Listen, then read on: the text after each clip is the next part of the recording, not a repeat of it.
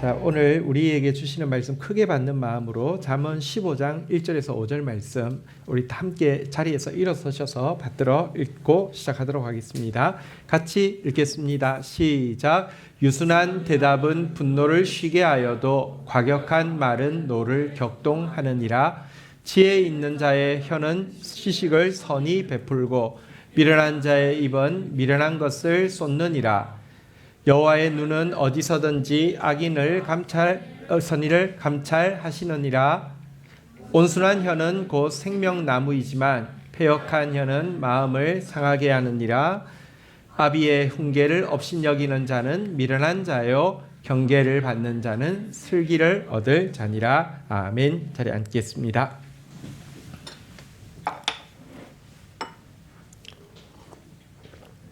우리의 일상의 삶의 가장 많은 부분은 말과 관련이 있습니다. 생각해보면 말 때문에 기분 나쁘기도 하고 말 때문에 새 힘을 얻기도 하고요.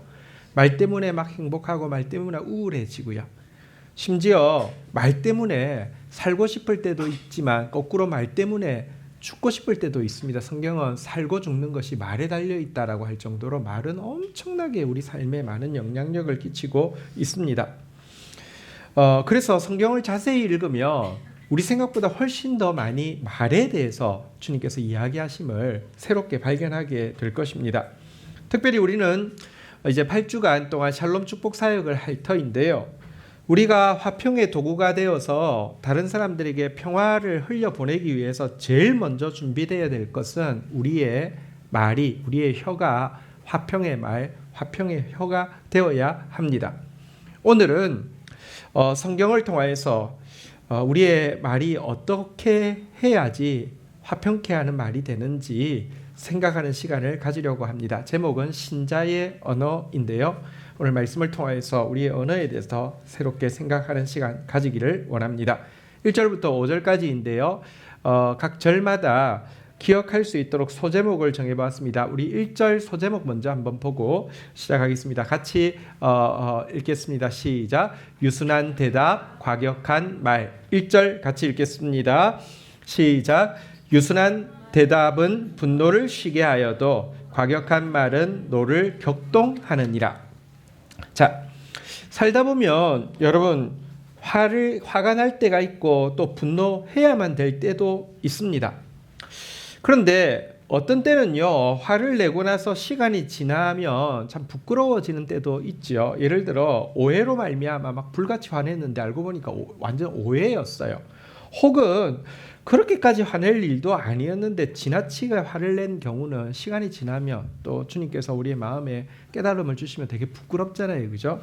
하지만 어떤 경우는 정말 화를 냈어야만 했고 또 그 화가 도리어 하나님께 상달이 되어서 우리를 향한 하나님의 분노를 쉬게 하는 정말 소중한 이렇게 분노도 있습니다. 예를 들면 이스라엘 백성들이 바알부올이라는 곳에서 우상을 숭배하며 음녀와 모든 민족이 간음을 하고 있을 때 하늘로부터 큰 재앙이 내리게 되었습니다. 모세는 백성들에게 다 나와서 지금 회개해야 된다고 명령했습니다. 그때 이스라엘 지도자 중에 한 사람이 나올 때 간음하던 모압 여인과 함께 나왔습니다. 정말 간이 배밖에 나왔죠. 이때 젊은 제사장이던 비느하스가 하나님의 분노를 가지고 그 지도자와 그가 데리고 나오던 간음하는 여인을 향해서 분노로 심판하게 되었고, 그러자 하나님께서 그 일로 인하여서 분노를 쉬게 되었고 재앙을 그치게 해주었다라는 성경 구절이 있는데요. 이러한 것이 그런 분노에 해당할 것입니다. 어쨌든 우리가 상대방이 오해로 말미암은 분노나 지나친 분노를 하고 있을 때에도 그의 분노가 더 이상 진행되지 않고 쉬게 하려고 하거나 혹은 하나님 앞에서 정당한 분노를 정당하게 표출함으로 말미암아 하나님의 분노를 쉬시게 해드리려고 하면 먼저 우리의 말이 유순한 말이 되어야 한다라고 이야기하고 있습니다. 유순한 말이 무슨 말일까요? 가장 쉽게는 이제 부드러운 말이라는 뜻입니다. 먼저 여러분의 말이 일단 부드러워지기를 주의 이름으로 부탁드립니다. 그런데 부드럽기만 하면 모두 유순한 말이 되는 것일까요? 그렇지는 않습니다. 그래서 여기 유순한 대답이라는 말과 대꾸로 반대 개념으로 나온 것이 과격한 말이잖아요. 그래서 과격한 말이 무엇인지를 살펴보면 반대로 유순한 말의 참된 뜻이 무엇인지를 알 수 있는데요. 과격하다라는 표현은 원어의 뜻은 노동하게 하다, 고통을 겪게 하다라는 뜻입니다. 여러분, 사람이 어떤 말을 했는데 부드럽게 말을 했어요. 그런데 여러분, 생각을 하면 막 정신노동을 하게 만드는 거 있잖아요. 그죠? 저 무슨 의도로 저랬지? 왜 저랬지? 막 정신노동을 하게 하고요. 듣는 당시는 잘 몰랐는데 돌아가서 곱씹어보면 곱씹어볼수록 마음을 막 괴롭히고 그래서 막 분노를 격동하는 말이 있습니다. 이 말은 유순한 말일까요? 아니요. 그 말은 과격한 말이죠. 겉으로는 부드러웠지만 속으로 상대방으로 하여금 노동하게 하고 고통을 겪게 하는 것은 과격한 말입니다. 머리를 부드럽게 들리기 위해서 많이 굴린 것이지 절대 유순한 말이 아니라는 것입니다. 자, 그렇다고 하면 내 말은 유순한 대답인가? 정말 부드럽고 또 그 속을 봐도 다른 사람을 막 노동시키고 괴롭게 할 의도가 전혀 없는 정말 부드러운 말인가? 아니면 겉으로는 부드러워 보이지만 혹 과격한 말, 그래서 상대방의 노를 격동시키는 말은 아닌가? 한번 돌아보기를 바랍니다. 그런데 문제는 나에 대해서 가장 잘 모르는 사람이 나고요. 나의 언어 생활에 대해서도 가장 잘 모르는 사람이 나입니다. 지금 내가 유순한 말을 하는 사람인지 과격한 말을 하는 사람인지 생각해 봅시다 라고 이야기할 때 여러분 주위에 누군가는 이렇게 생각을 하고 있을지 모릅니다. 저 형제는 진짜 말이 너무 과격해. 저 셀 모임에서 이렇게 이야기 듣고 나면 일주일 내내 괴로워. 저 형제 참 과격해. 이렇게 생각하는데 정작 그 당사자는요. 난 참 말이 너무 유순한 것 같아. 내가 말하면 다 이렇게 편안해지는 것 같아. 이렇게 착각을 할 수가 있습니다. 그래서 유순한 대답, 과격한 말 이것만으로 끝나면은 자기 적용이 잘 안 될 수 있어서요. 이어지는 2절에 보면 나의 언어 생활에 대해서 보다 객관적으로 점검할 수 있도록 또 하나의 평가 기준을 제시하고 있는데요. 2절 키워드 먼저 읽도록 하겠습니다. 한번 따라하겠습니다. 선의 베푸느냐, 쏟아버리느냐. 2절 같이 읽겠습니다. 시작. 지혜 있는 자의 혀는 지식을 선의 베풀고 미련한 자의 입은 미련한 것을 쏟느니라. 자, 내 언어가 유순한 말인지 과격한 말인지를 객관적으로 또 평가해 줄 수 있는 평가 기준 동사가 있습니다. 내 말이 선의 베푸는 말이냐 아니면 쏟아 버리는 말이냐 이걸로 평가할 수 있다는 것입니다. 유순한 말의 사람, 지혜로운 말의 사람은 말을 선의 베풀지만 과격한 말의 사람, 미련한 말의 사람은 말을 쏟아낸다라고 지금 이야기하고 있는데요. 선의 베푼다는 말은 어떤 뜻이냐고 하면 말을 할 때 적절한 때에 적절한 내용을 적절한 강도로 적절한 분량으로 해서 듣는 사람에게 유익을 끼치는 것을 선의 베푼다라고 이야기를 합니다. 마치 음식을 할 때 소금 넣는 것과 마찬가지죠. 소금은요 조금 덜 넣으면 솔직히 건강에 좋다 그러지만 맛이 별로 없잖아요. 조금 더 넣으면 그냥 제일 처음에는 국을 먹으면 좀 짜네 하고 그래도 먹지요 하고 하지만 한 두세 숟갈 먹고 나면 잘 손이 안 가잖아요, 그죠? 왜냐하면 맛이 없으니까. 근데 가장 적절한 양이 들어가면 최고의 음식 맛을 내잖아요. 성경에 보면 너희 말을 항상 은혜 가운데 소금으로 맛을 냄과 같이 하라 이랬는데 이런 상태가 선의 베푸는 상태인데요.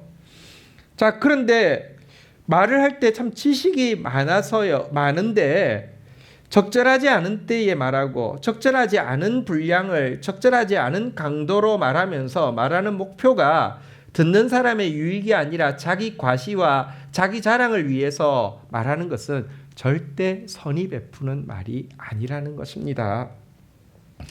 또 선의 베푼다는 말의 뜻을 좀 더 온전히 살펴볼 수 있는 것은 잠언은 이렇게 계속 대꾸로 돼 있어서 여기 선의 베푸는 것의 반대 개념으로 나와 있는 쏟는이라는 단어의 뜻을 살펴보면 내가 진짜 선의 베푸는지 한 번 더 살펴볼 수 있는데요. 여기 쏟는다는 단어의 원어의 뜻은 한 세 가지가 있습니다. 한번 따라해 보겠습니다. 발효하다, 분출하다, 흘리다. 자, 이게 어떤 의미인지 여러분들은 이해할 수 있을지는 모르겠는데 저희 시대에는 이게 너무 이해가 잘 되는 이제 설명이 있습니다. 과거에 여러분들은 언제부터 밀폐 용기, 락앤락 같은 것이 있는 시대를 살았습니까? 우리는 어릴 때 학교 다닐 때는 락앤락 같은 거 없었습니다. 그리고 우리는 학교 다닐 때 도시락 싸면 반찬은 주로 김치였습니다. 이렇게 아주 부잣집 애들이 그 소세지 이런 거 싸오고 이렇게 우리는 주로 김치였습니다. 김치를 볶든지 어쨌든 김치였습니다.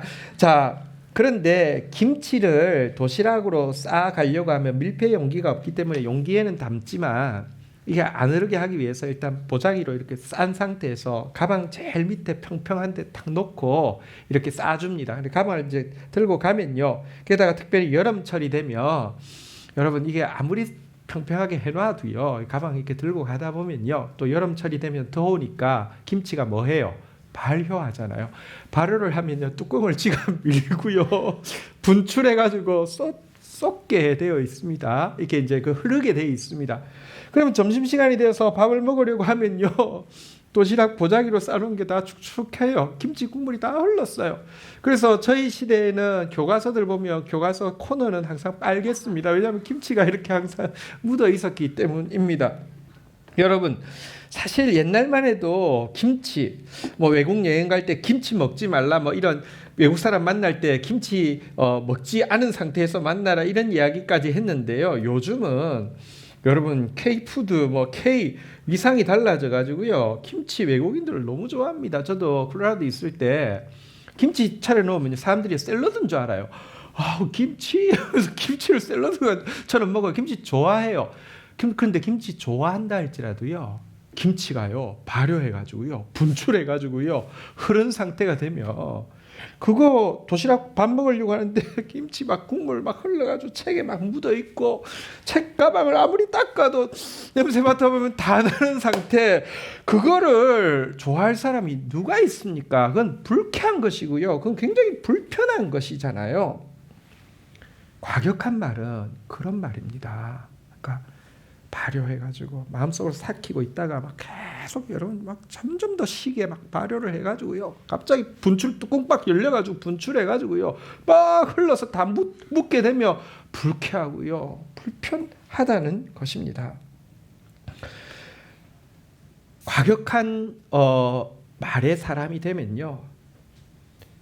이렇게 뭐랄까요? 정신적으로 다른 사람을 노동하게 하고 또 이렇게 다른 사람 괴롭히려는 의도를 가지고 있는 사람이 되면 아무리 누르고 아무리 참아도 결국은 말이 나오는 말은 김치 국물 흘리듯이 이렇게 불편하고 불쾌한 말이 된다 이렇게 이야기하고 있습니다. 다시 한번 내 말은 선의 베푸는 말인가 쏟아버리는 말인가 한번 좀 살펴보면 좋겠는데요. 이어서 3절에서는요. 키워드를 한번 볼까요? 조금 어렵대요. 한번 따라하겠습니다. 코람데오를 넘어 엔 크리스토스로 3절 한번 같이 읽어보도록 하겠습니다. 같이 읽겠습니다. 시작. 여호와의 눈은 어디서든지 악인과 선인을 감찰하느니라. 자, 1, 2절까지는 분명히 뭐가 흐름이 있는 것 같아요. 언어 생활에 대해서. 근데 3절에 갑자기 여호와의 눈이 악인과 선인을 어디서든지 감찰한다 이렇게 나와서 이게 무슨 상관인가 라고 생각할 수 있는데 여러분 잠언은요 그냥 똑똑 떨어져 있는 구절이 아니라 어떤 주제를 쭉 이어서 이야기하고 있는 것입니다. 연결고리를 아는 게 참뜻을 알기 위해서 굉장히 중요한 것입니다. 그런데 여기 여호와라는 단어가 나왔는데 잠언에서 의외로 여호와라는 단어가 거의 안 나옵니다. 잠언의 지혜에서 여호와가요 15장 잠언 15장 16장을 제외하고는 한 장에 평균 2번 정도 나옵니다. 의외로 거의 안 나옵니다. 이유가 있습니다.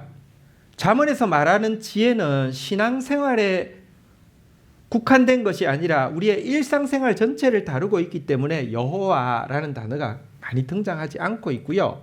또 한 가지는 잠언에서 말하는 지혜는 아예 전제 조건으로 여호와를 경외하는 것이라는 것을 깔고 있기 때문에 굳이 다시 여호와라는 단어를 쓰지 않기 때문에 많이 나오지 않습니다. 근데 여기에 비해서 15장, 16장에서는요 합쳐서 20번이나 여호와라는 단어를 씁니다. 그러니까 각 장으로 보면 10번씩 쓴다는 것입니다. 보통 한 2번 남짓 나오는 데 비해 10번이면 5배나 많이 나오는 거잖아요. 그 이유는 15장, 16장은 우리의 일상생활을 하나님과 신앙과 결부시켜서 새롭게 보면 어떻게 된다라는 주제를 다루고 있기 때문에 그렇습니다. 사실 여기 나온 주제, 여러분 여호와의 눈이 어디서든지 감찰하고 있다라는 것은요 이론적으로는 저희들이 잘 알고 있습니다. 사실 기도할 때 여러분들 아마 쓴 적은 없지만 어른들 기도할 때 이렇게 말하는 거 들어보셨을 것입니다. 하나님은 무소부재하신 하나님이십니다. 이게 무슨 말이죠? 근데 무슨 뜻이냐면 아니 묻자 그 장소 소자 없을 묻자 장소 소자 아니 붙자 무소부재 있을 제자, 그러니까 하나님이 있지 않는 장소는 없다 뭐 이런 뜻이에요. 실제 듣고 보니까 하나님은 어디에나 계십니다. 우리 찬양할 때 이렇게 기도할 때 많이 고백하는 내용이지요. 하지만 이 하나님의 무소부재를 우리는 언제 주로 느끼냐고 하면 신자인데가 예를 들어 좀 큰 죄를 저지를 때, 예를 들면 어떤 물건을 도둑질한다거나 아니면 음행을 간음을 행하거나 성적인 죄를 지을 때는 무소부재하신 하나님이 지금 여호와의 눈이 여기서 나를 감찰하신다는 느낌을 받고 이렇게 위축이 되고 조심하게 되거나 또 벗어날 수도 있고 뭐 어쨌든 그런 것을 무소부재를 그런 상황에서는 느끼지만 우리의 언어 생활에서 내 말이 선의 베푸느냐 김치 쏟듯이 쏟아버리느냐 내 말이 유순하냐 과격하냐에 대해서는 그렇게 많이 결부시켜 생각하지 않는다는 것입니다. 그런데 여러분 여호와의 눈은 우리가 큰 죄 지을 때뿐만 아니라 가장 일상적인 언어를 사용할 때에도 그것을 보고 계신다는 사실을 기억할 필요가 있습니다. 이런 것을 여호와의 눈을 의식하는 상태를 한번 따라하겠습니다. 코람데오라고 합니다. 코람데오는 라틴어인데 하나님 앞에서라는 뜻입니다. 내가 하나님 앞에 서 있다. 이걸 의식하는 상태를 코람데오라고 합니다. 하나님이 지금 보고 계시니 조심해야 돼. 하나님이 지금 내 말하는 거 듣고 계시니 두려워해야 돼. 이런 의식은 경건 생활을 하는데 굉장히 정말 꼭 필요한 의식입니다. 그런데 코람데오, 하나님 앞에서라는 것 가지고만 우리의 언어 생활이 변화되어지지는 않습니다. 코람데오는 우리가 일주일에 한 번 예배당 와서 종교 의식을 할 때 우리의 언어 생활을 변화시키는 데는 아주 효과가 있습니다. 교회 와서 말할 때 여러분들이 과격한 말을 쏟아내는 경우는 많지 않습니다. 그렇죠? 교회 와서 말할 때 보면 되게 좀 유순하고요. 선의 베푸는 것 같아요. 그런데 일상의 삶으로 돌아가면 그다지 효과가 없을 때가 많습니다. 이것을 한번 비유로 설명해 보겠습니다. 여러분 나중에 이제 결혼을 했는데 그래서 우리 자매들이 시어머니가 계신데 우리 시어머니께서는 일주일에 한 번 1시간 정도 저희 집에 방문을 하는 루틴이 있다고 치십시다. 오늘은 시어머니께서 오시는 날이고 이제 조금 있으면 시어머니께서 오실 겁니다. 그런데 남편하고 언성을 높이는 일이 있어서 험한 말을 주고받고 있었습니다. 하지만 갑자기 생각이 났습니다. 무슨 생각이 났어요? 한번 따라하겠습니다. 시어머니 앞에서 저 코람데오가 생각났어요. 아, 시어머니가 오시지. 이 생각을 하면요, 잠시 다툼을 쉬고요, 또 시어머니가 오실 그 동선을 따라서 집을 청소하는 데에 상당한 효과가 있습니다. 코람데오 시어머니 앞에서 되게 효과 있죠. 근데 만약에 시어머니가 이런 극단적인 상황을 가정해 보십시다. 눈치가 백단이어서 딱 오자마자 얘들아 오늘 좀 분위기가 이상하네. 너희 싸웠지? 근데 왜 이렇게 신혼 초부터 계속 싸우는 거야? 안 되겠다. 내가 이제부터 너희와 항상 함께 하겠다고 하고 집안으로 들어오겠다고 말을 했다고 치십시다. 이때부터 시어머니 앞에서라는 코람데오 의식은 여러분 자매들의 말을 부드럽게 하고 청소를 깨끗하게 하는데 도움이 될까요? 아니면 자매가 이때부터 막 나갈까요? 막 말하고 청소도 안 하고 막 하게 될까요? 어떤 의미에서는요, 막 하게 될 확률이 더 높을 수 있습니다. 얼마간은 참을 수 있지만 마찬가지입니다. 여호와의 눈이 우리를 감찰한다는 것이 우리의 종교 생활에 국한될 때는요, 코람데오 효과 있어요. 교회 올 때는 굉장히 여러분 유순하고 그다음에 선의를 베풀고 이렇게 된다고요. 그런데 이 여호와 앞에서가, 하나님 앞에서가 우리의 종교 생활뿐 아니라 일상생활까지 다 확장된다고 하며, 그러니 말 조심해야 되겠네. 그러니 내 말에 하나님 앞에서 책망받을 말 하지 않도록 두려워해야 되겠네가 되는 것이 아니라 진짜 막 나가고 막 말하는 사람들이 되기가 더 쉽습니다. 신자라고 이야기하지만 진짜 말하는 거 보면 세상에 그렇게 독한 말들을, 험하고 더러운 말들을 아무렇지 않게 내뱉는 사람들, 그게 불가능한 게 아니라 도리어 더 가능할 수 있다는 것입니다. 그래서 바울은요, 그의 신학에서 이 코람데오, 하나님 앞에서를 넘어서 진정으로 우리의 일상을 바꾸는 또 하나의 단어를 제시하고 있는데 그게 무엇이냐고 하면 한번 따라하겠습니다. 그리스도 안에서.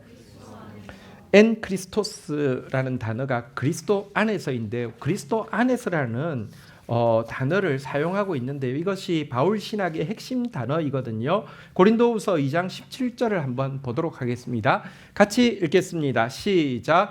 우리는 수많은 사람들처럼 하나님의 말씀을 혼잡하게 하지 아니하고 곧 순전함으로 하나님께 받은 것 같이 하나님 앞에서와 그리스도 안에서 말하노라. 퀴즈. 하나님 앞에서 무엇일까요?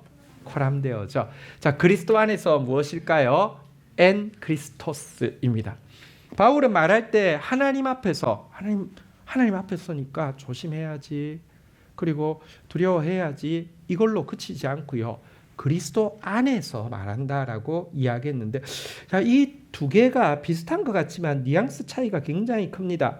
하나님 앞에서는 아까도 이야기했지만 시어머니 앞에서 하고 좀 비슷합니다. 이건 소극적인 것이죠. 말 조심해야지. 시어머니 오시는데 말 조심해야지.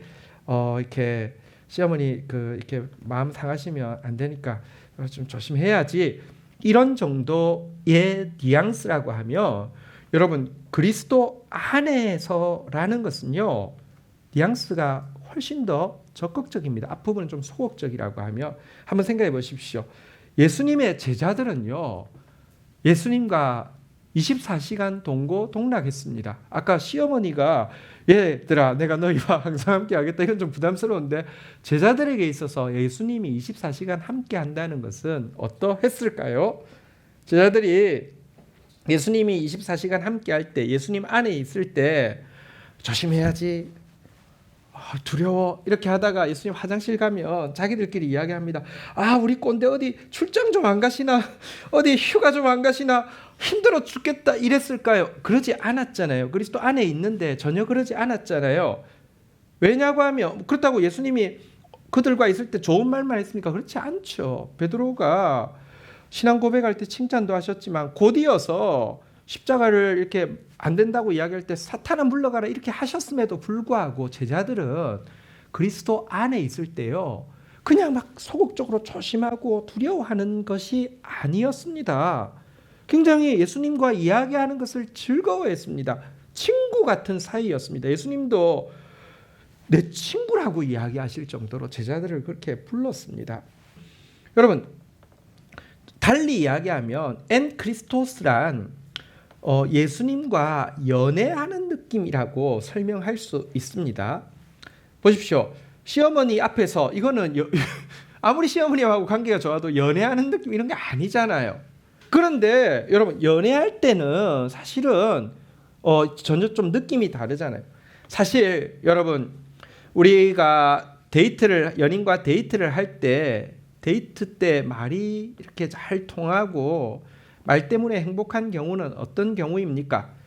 오늘 우리 세계 평화에 대해서 한번 토의해 볼까? 이렇게 이야기를 하고 토의를 하는데 서로 간에 너무 뛰어난 논리와 해박한 상식을 가지고 게다가 견해까지 맞아서 쫙쫙 이렇게 대화하고 나면 기분 좋아. 오늘 정말 행복한 대화였어. 우리는 정말 잘 만난 것 같아. 이럴까요? 아니면 그냥 일상적인 말인데 서로를 향한 관심과 배려의 따뜻한 표현들을 나누면서 행복하다고 느낄까요? 주제의 문제가 아니라요. 진짜 단어의 문제 아니던가요?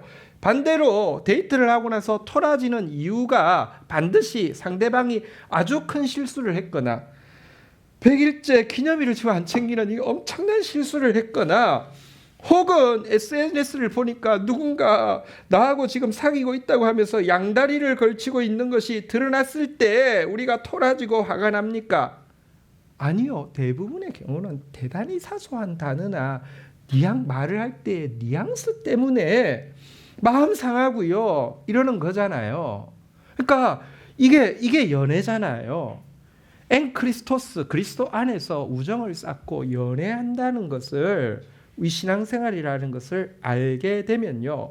마찬가지로 나의 말 하나가 예수님한테 얼마나 기쁨이 되어지고 예수님께 힘이 되어지는지를 알고 소중히 여기게 되고 반대로 내가 과격한 말을 쏟아내는 것이 얼마나 그분의 마음을 아프시게 하는지 이게 결단코 작은 것이 아님을 인식할 때에 내 언어 생활이 그제서야 바뀌게 된다는 것입니다. 그 뜻이 좀 어려웠지만 이제 이해가 되죠. 한 번 더 따라하겠습니다. 코람데오를 넘어 엔 크리스토스로. 자, 이렇게 이야기하고 나서 4절로 넘어가는데요. 이제 우리가 5절까지니까 거의 다 왔습니다. 4절 우리 키워드 한번 볼까요? 한번 따라하겠습니다. 온순한 혀, 패역한 혀. 4절 같이 읽겠습니다. 시작. 온순한 혀는 곧 생명나무이지만 패역한 혀는 마음을 상하게 하느니라. 자, 다시 이제 솔로몬이 언어로 돌아가고 있습니다. 근데 흐름을 보면 이렇잖아요. 그죠?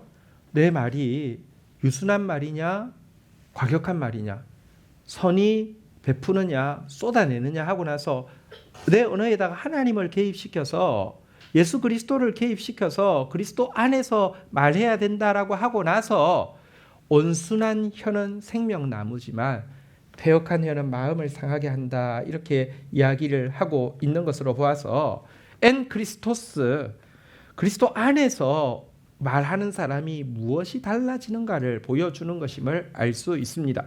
그리스도 안에서 언어 생활을 하면 우리의 말이요 한번 따라 있습니다. 온순한 혀, 온순한 혀가 된다는 것입니다. 온순하다는 것은 이제 온유하다는 것하고 비슷한 것이죠.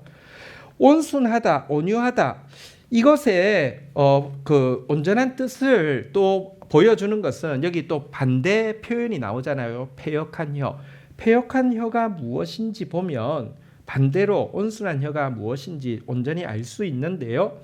패역하다라는 단어의 뜻은 또 3가지 정도가 있습니다. 한번 따라하겠습니다. 비뚤어짐, 거짓됨, 완고함. 여러분 근데 진짜 세상에서 비뚤어졌고 진짜 세상에서 거짓되고 진짜 세상에서 완고한 것의 대명사는 무엇일까요? 성경은 만물보다 비뚤어져 있고 만물보다 거짓되고 만물보다 완고한 것이 우리의 자아, 우리 자신이라고 이야기하고 있습니다. 타락한 우리는 진짜 비뚤어져 있습니다. 자가 어떤 때는 똑바로 꺼지는데 그래서 똑바르다고 주장하는데 대부분의 경우 여러분 잘못 꺼진다고 하면 그거는 비뚤어진 거잖아요.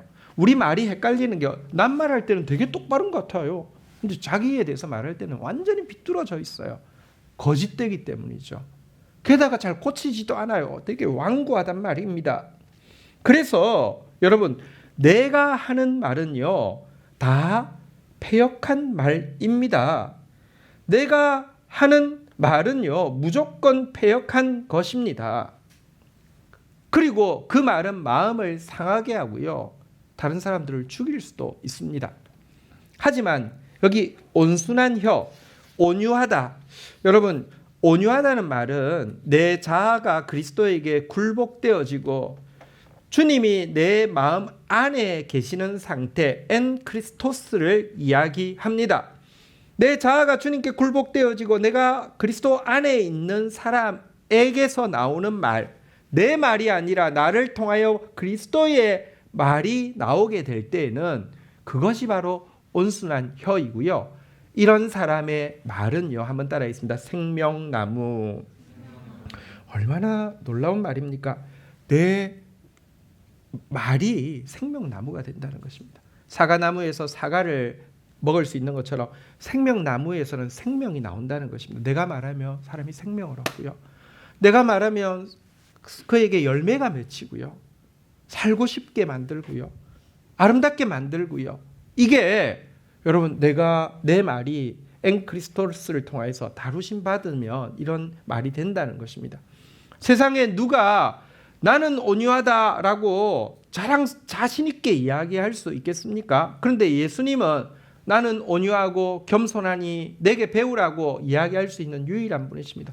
그분은 하나님 앞에서 전적으로 굴복되어 온 상태였고요, 그분은 하나님을 온전히 주인으로 모신 상태였습니다. 그래서 그분의 입술을 통하여서 나오는 말을 통하여 우리는 생명을 얻게 되는 것입니다. 마찬가지로 우리도 온순한 혀, 그리스도에게 굴복되어질 때에만 생명나무 같은 말의 사람이 되어진다, 이렇게 이야기를 하고 있습니다. 나의 말이 그렇다면 앞에서 나온 이 세 가지를 다 합쳐서 유순한 혀로 선이 베푸는 온순한 말의 사람이 되려고 하면 어떻게 해야 할까요? 마지막 절 5절 이제 보고 마치도록 하겠습니다. 우리 제목을 한번 같이 읽겠습니다. 시작. 훈계와 경계 잘 받기. 자, 5절 같이 읽겠습니다. 시작. 아비의 훈계를 업신여기는 자는 미련한 자요, 경계를 받는 자는 슬기로울 얻는 자니라. 자, 솔로몬은 어떤 사람이 유순한 말을 선히 베푸는 온순한 혀를 가진 지혜자가 되느냐, 또 반대로 어떤 사람이 과격한 말을 쏟아내는 패역한 혀를 가진 사람이 되느냐, 이 차이를 무엇이라고 이야기하냐면 훈계받을 만한 말과 행동이 많으냐 적으냐가 아니라 훈계를 얼마나 잘 받아들이느냐 그렇지 않느냐의 차이라고 밝히고 있습니다. 사실 사람들 중에 보면 조금 이렇게 좀 두 부류가 있습니다. 어떤 사람은 특별하게 남들에게 책 잡힐 말을 거의 하지 않고 야단 맞을 행동도 아예 안 하는 진짜 그런 사람이 있는가 하면 소수의 그런 사람들이 있잖아요, 그죠? 어떤 사람은 좀 이상할 정도로 하는 말마다 거슬리고 하는 말마다 야단 맞을 짓만 골라서 하는 사람이 있습니다. 인간적인 기준에 의하면 어떤 사람이 지혜로운 사람이고 어떤 사람이 미련한 사람입니까? 이 사람이 슬기롭고 지혜로운 사람, 이 사람 참 진짜 미련한 사람이잖아요. 근데 하나님의 기준은 다르다는 것입니다. 사실 성경 인물 중에서 이 후자, 하는 짓마다 무언가 거슬리고 하는 짓마다 야단 맞을 짓으로 가득 차 있는 사람 있었습니다. 그래서 하나님께서 도시락 싸들고 다니면서 얘야 그건 아니지, 얘야 그건 틀렸어, 얘야 이건 고쳐야 해 하는 신자가 있었습니다. 누구일까요? 야곱입니다. 야곱은요, 자기가 스스로 고백했습니다. 내가 130년 나그네 세월을 살았는데 험악한 세월을 살았습니다 라고 고백하고 있습니다. 무슨 말입니까? 130년 동안 하나님이 도시락 싸들고 다니면서 얘야 이건 아니야, 이건 틀렸어, 이건 고쳐야 돼 훈계하고 경계하셨다는 뜻이지요. 그런데 이렇게 하나님이 문제가 많은 야곱을 훈계하고 경계하면서 하나님이 야 징하다, 얘 진짜 해도 너무한다, 이 정도가 되면 고쳐져야 되는데 어떻게 아직까지도 이게 견적이 안 나오냐라고 하면서 하나님께서 얘 진짜 징하다 이렇게 하신 게 아니라 야곱을 향하여서 믿음의 조상이요 축복의 조상이라고 칭해 주셨고요. 야곱 역시 마찬가지였습니다.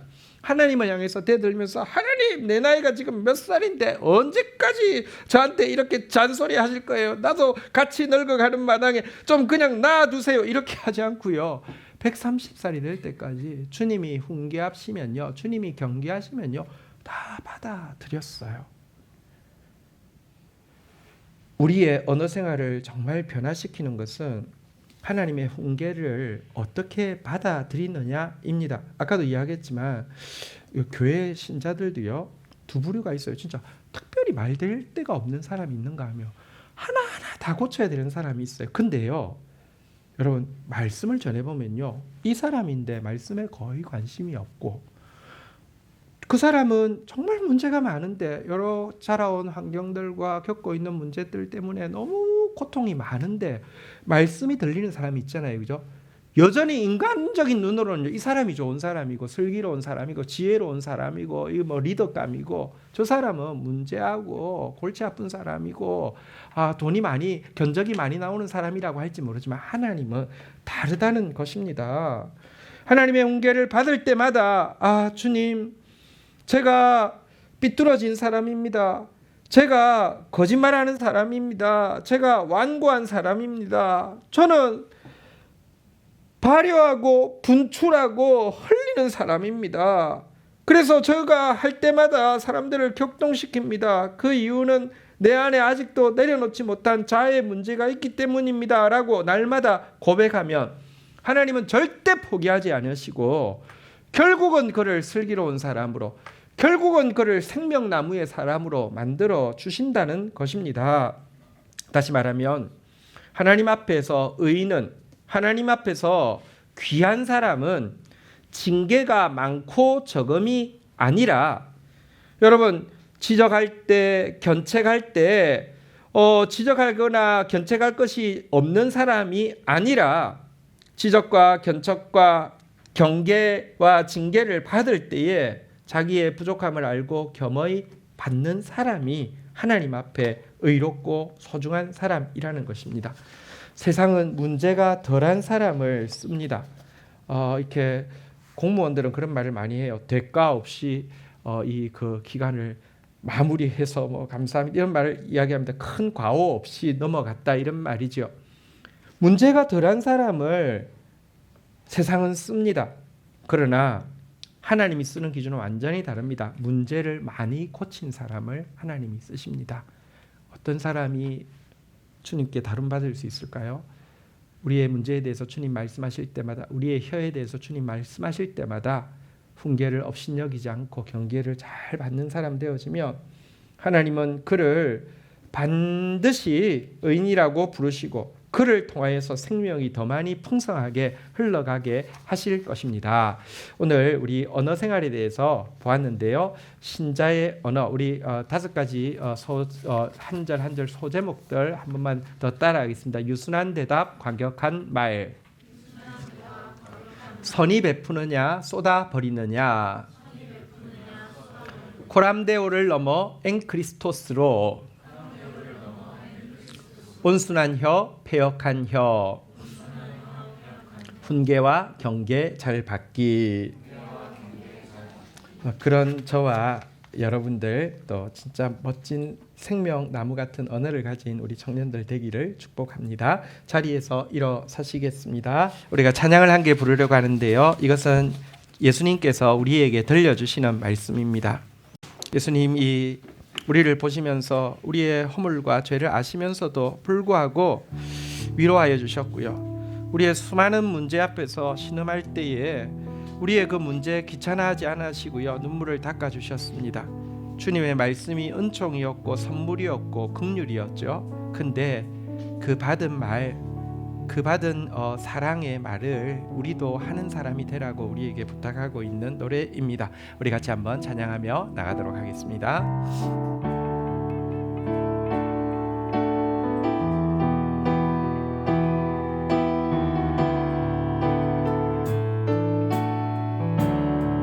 위로하여라 위로하여라 내가 아플 때 내가 너를 위로했듯이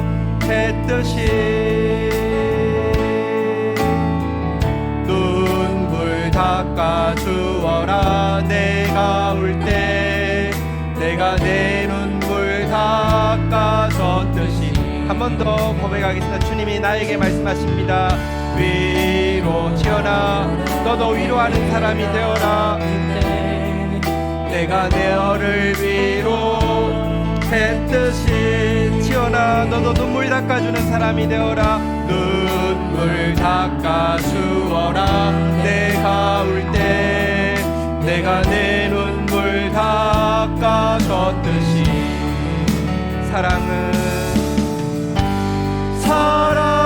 나로 말미암는 은총 사랑은 나로 말미암는 선물 사랑은 나로 말미암는 긍휼 사랑하라 사랑하라.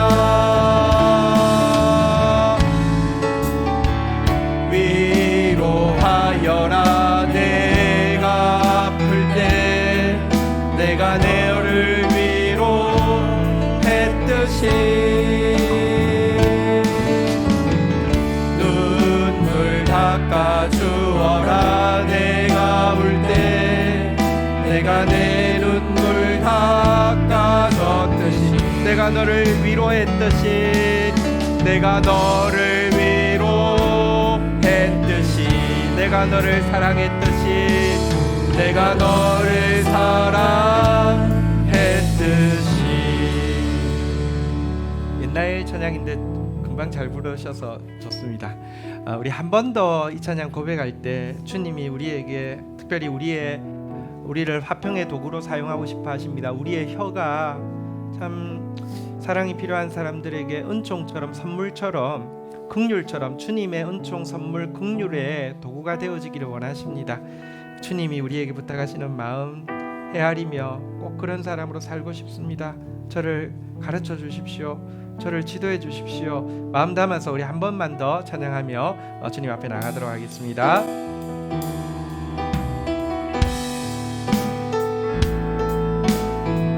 위로하여라 위로하여라 내가 아플 때 내가 너를 위로했듯이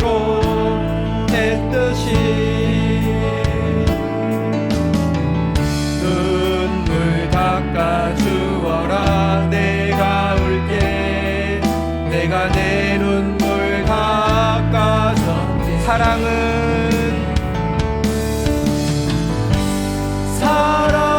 나로 말미암는 은총 사랑은 나로 말미암는 선물 사랑은 나로 말미암는 긍휼 사랑하라 사랑하라.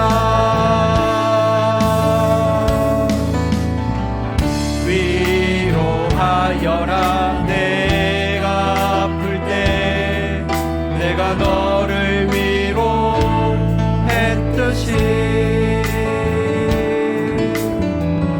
눈물 닦아주어라 내가 울 때 내가 내 눈물. 우리 옆에 분 보시면서 내가 너를 위로했듯이 내가 너를 위로했듯이 내가 너를 사랑했듯이 내가 너를 사랑했듯이. 아멘. 자리에 앉으시겠습니다. 이 시간 우리 하나님 앞에 한번 기도하는 시간 가지도록 하겠습니다. 우리 아까 화면 제일 마지막 화면 그 좀 띄워 주시고요. 우리 하나님 앞에서 하나님 내 혀를 하나님 정말 신자의 혀로 바꾸어 주십시오. 유순한 대답의 혀로 바꾸어 주시고 과격한 말 하나님 고통하게 하고 노동하게 하는 그런 혀가 말이 사라지게 하여 주십시오. 하나님 선이 베푸는 혀가 되어지게 하시고 쏟아 버리는 혀가 되어지지 않도록 발효하고 분출하여 흘러버리는 그런 혀가 되어지지 않도록 도와주시옵소서. 내가 하는 말은 결국은 패역한 말이 될 수밖에 없습니다. 하나님 온순한 혀 정말 그리스도 안에서 이야기하는 그런 사람 되어질 수 있도록 인도하여 주옵소서. 그래야 해서 생명나무 되어지도록 주님 나를 훈계하여 주옵소서. 나를 고쳐 주옵소서. 우리 다 함께 주의 이름 고백하면서 기도하는 시간 가지도록 하겠습니다. 하나님 감사합니다.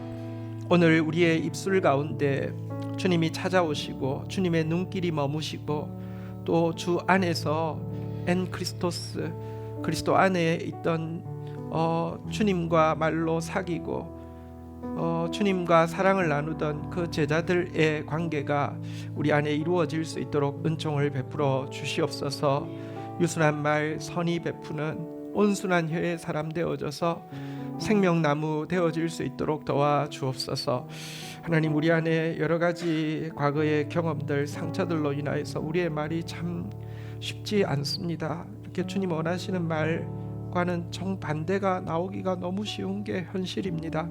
하지만 그거 탓하지 않으시고 주의 말씀 앞에서 삼가 듣고 몸부림치면 하나님 우리를 슬기로운 자라 이야기하시며 도리어 우리를 통하여서 더 큰 생명의 나무가 되게 하시겠다고 하셨사오니 우리의 혀를 고쳐 주옵소서. 우리의 혀가 평화의 도구가 되어지게 하여 주옵소서. 예수 그리스도의 이름으로 기도 올립니다. 아멘.